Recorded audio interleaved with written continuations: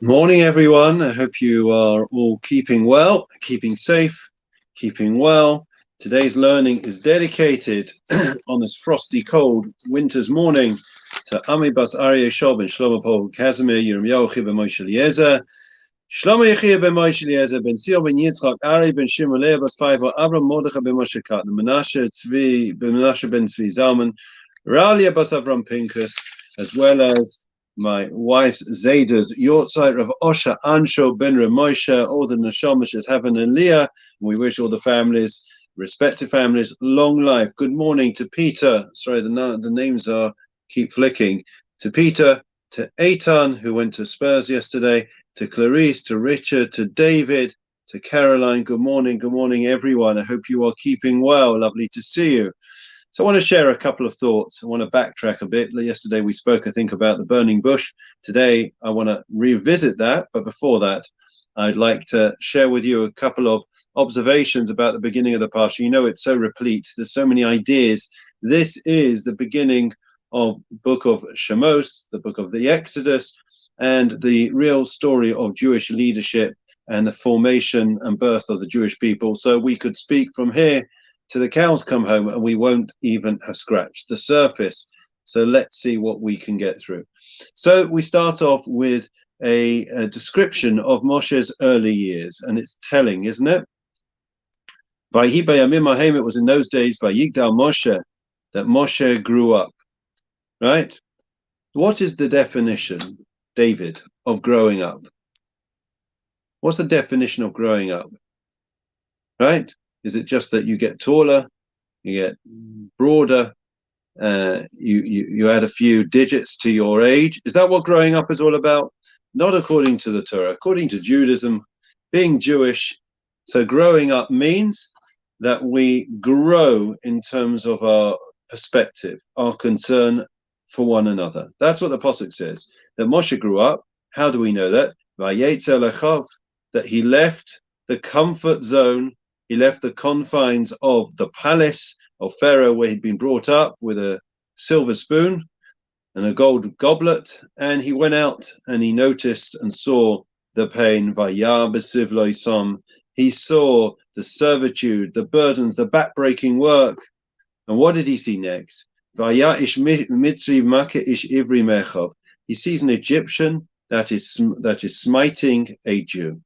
There's a Jew in front of him being beaten. Now remember, at that time, Moshe was in the guise of an Egyptian. He was seen as a prince of Egypt.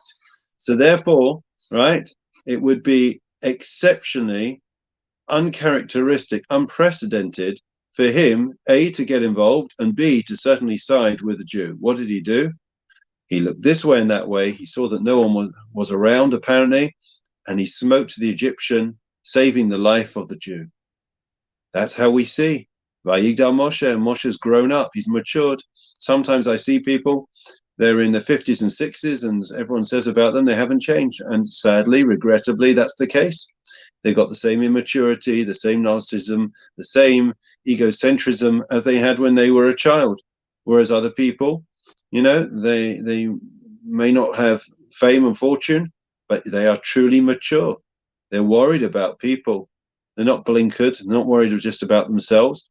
They're seeing the pain of others. They're making those phone calls over the winter when people are struggling. They're picking up the phone. They're dropping off packages. They're helping, reaching out like Moshe did, out of the comfort zone which he'd been brought up with. That's scene one. Scene two is that he goes on the next day, second day, what a week Moshe had. There are two Jews that are fighting, right?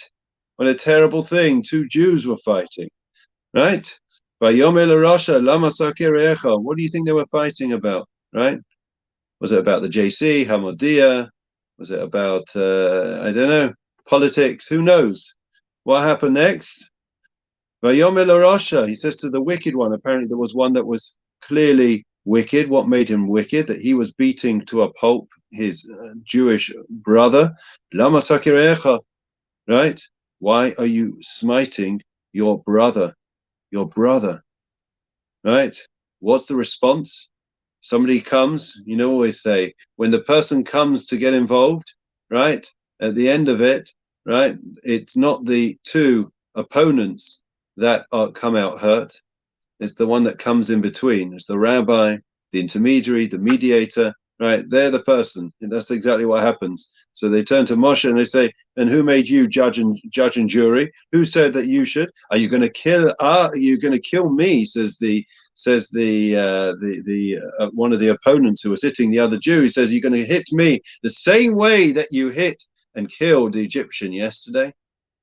Now, how could he know that? The only way he could know that is if people had been speaking ill about Moshe. So what's Moshe's reaction to this? He says, Achein noida hadava, the matter is known. What did Moshe mean by it is known? So, simply speaking, right, at first blush, what will we say, Richard? We would say that that the matter was known. In other words, it was out there that Moshe had hit the Egyptian the previous day.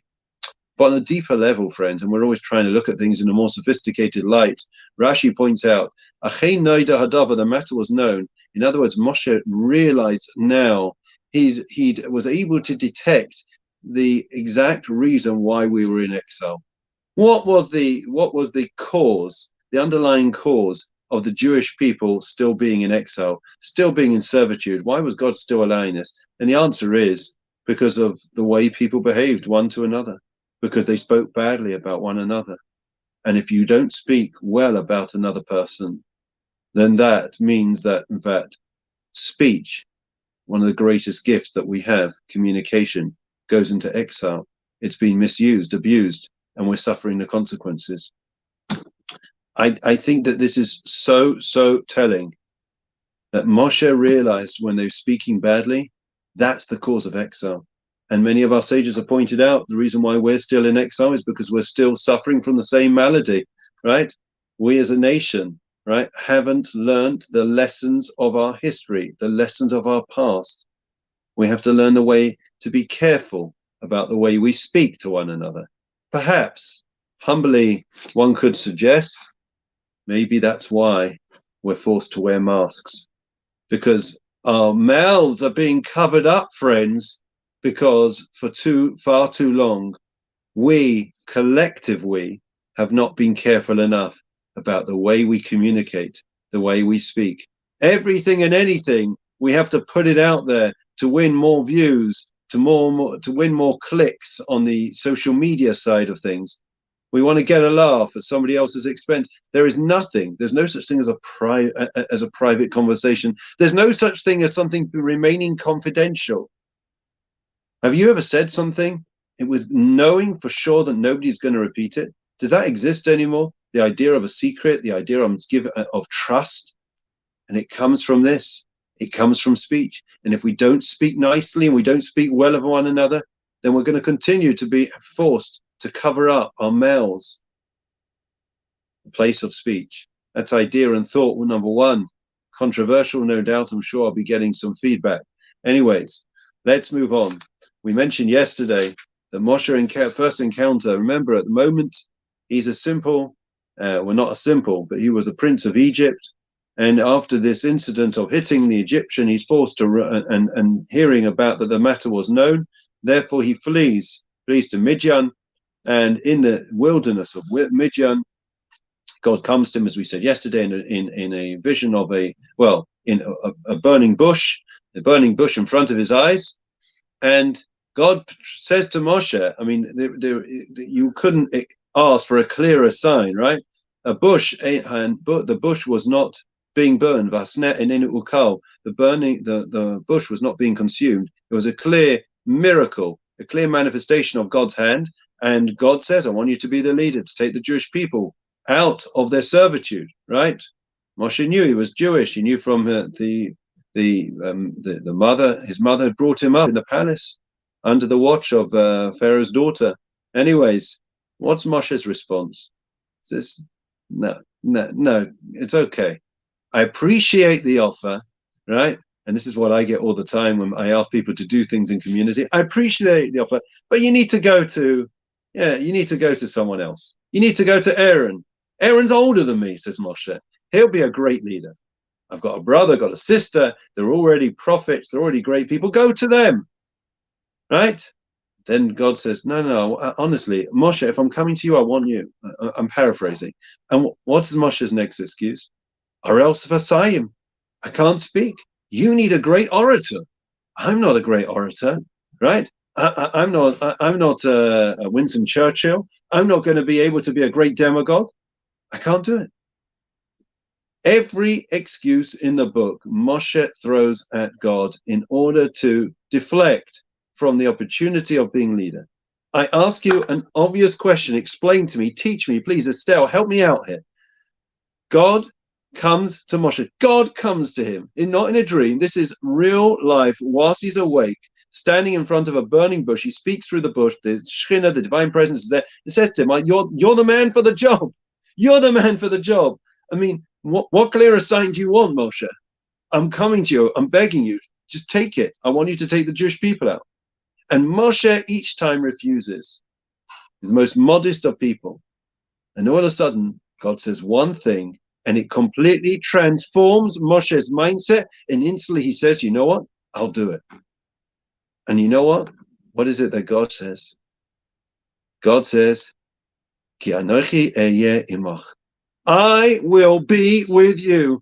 Moshe, you are just going to be the emissary. You're not taking the Jewish people out. I'm taking the Jewish people out. Everything that you do, I'm going to be with you. And when you know that it's really God that's doing everything, and Moshe, as it were, was just the emissary, the messenger, the representative, then it's not up to him. He's not doing it. How could you refuse such an offer? When you know God's with you, anything and everything is possible. And perhaps, friends, this is one of the lessons that so often we don't accomplish and achieve. We refuse opportunities. We don't step up to the plate, as they say, across the pond. We don't take these opportunities. You know why? Because we think, I don't have the capabilities. But we have a soul inside us. We've got a divine spark inside us. Anything and everything God can do. So if that's inside us, we can do everything. There's nothing we can't do. You don't realize what you're capable of, any of you. I'll repeat what we said before. Tom Moore, well, that was his name, Captain Tom Moore, a 99-year-old pensioner, right? Sitting in his back garden. If you would have said to him just a few weeks beforehand, you're going to raise 33 million pounds, you're going to change the way that this country and society sees giving, he would have laughed at you. And yet, he took a chance. He stepped forward. He made himself vulnerable. And every day he walked backwards and forwards. We all saw the pictures. And he achieved what seemingly was impossible. Friends, so often that is the case, that we don't realize what we are capable of. I want you to hear this lesson again and again, because I'm not just saying it to you, I'm saying it to me. We sit in our comfort zone. We feel confined. But the question is, who's confining us? Who's quarantining us? Who's isolating us? Is it the restrictions? Yes and no. Very often we are quarantining, we are isolating ourselves, we are limiting ourselves, believing, saying to ourselves, this is all I can be. I can't be anything different. And what will people say? What will people think? Be who you can be. That's the message from the Parsha. We're going to have to stop there for today. There's so much to say, and tomorrow is my last day with you guys for at least a week until I come back from my break.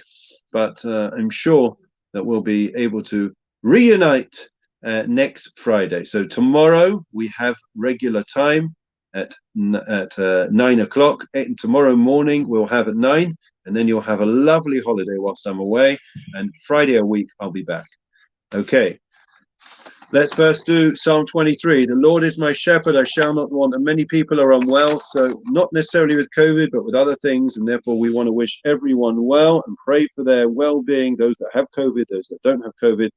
He causes me to lie down in green pastures. He leads me beside still waters. He restores my soul. He leads me in the path of righteousness for his name's sake. Even as I walk in the valley of the shadow of death, I will fear no evil, for you are with me. Your rod and your staff, they comfort me. You set a table before me in the presence of my adversaries. You anointed my head with oil, my cup overflows. May only goodness and kindness pursue me all the days of my life, and I will dwell in the house of the Lord for the length of days. I had a fascinating interview with Reverend Plasko, now Rabbi Plasko, Michael Plasko, yesterday, and he's agreed to do a lengthy interview with me. He's got some incredible stories that we haven't heard before, which I look forward to sharing with you. That's probably in a couple of weeks. In any case, memorial prayer. Adon Olamim Zacho Es Nishmos Ami Bas Aryeh Shbo Kazmi Shov Ben Shlomo Yom Yochid Ben Moshe Eliezer Shlomo Yochid Ben Moshe Eliezer Ben Zion Ben Yitzchak Ari Ben Shimon Leah Bas Five Avram Mordechai Ben Moshe Kadmon Menashe Ben Zalman Rabbi Avram Pinkus Rav Osher Ansho Ben Rav Moshe Shalchu Li'olamam Nabal Rachamim Nasuim Zayzikan Apech Li'olamim V'titzah b'zachayim s'nisham es nishmasam v'yanucha mishkotzam b'shalom and amar amen. Long life wishes to all. Lastly, Rekur Shlema prayer. So many are in our thoughts and our prayers as we say this prayer, those in our community and those beyond. Misha berach avasenu Avram Yitzchak Yaakov Moshe Aaron David Shlomo Yivarach Repos Achelim Bavo Shanu Mispalim Bavoram Mischazai Kadosh Baruch Hu Yimol Rachim Aleichem Lachem Aleposam Vishlach Lem Pushlim Shemaim Lechol Rebim V'Soch Shachar Yisrael Rufusa nefesh vusa guf. Hashabag lasma karib anoma. Amen. Shalom to everyone. Keep safe, keep well. Look after yourself. Lovely to see you. Alan, looking well. Deborah, Estelle, Carol, you're all looking great. Caroline, David, Richard, Clarice, Eitan, and Peter. Lovely to see you. Please God, we'll see you tomorrow. Same time, same place. Don't go away.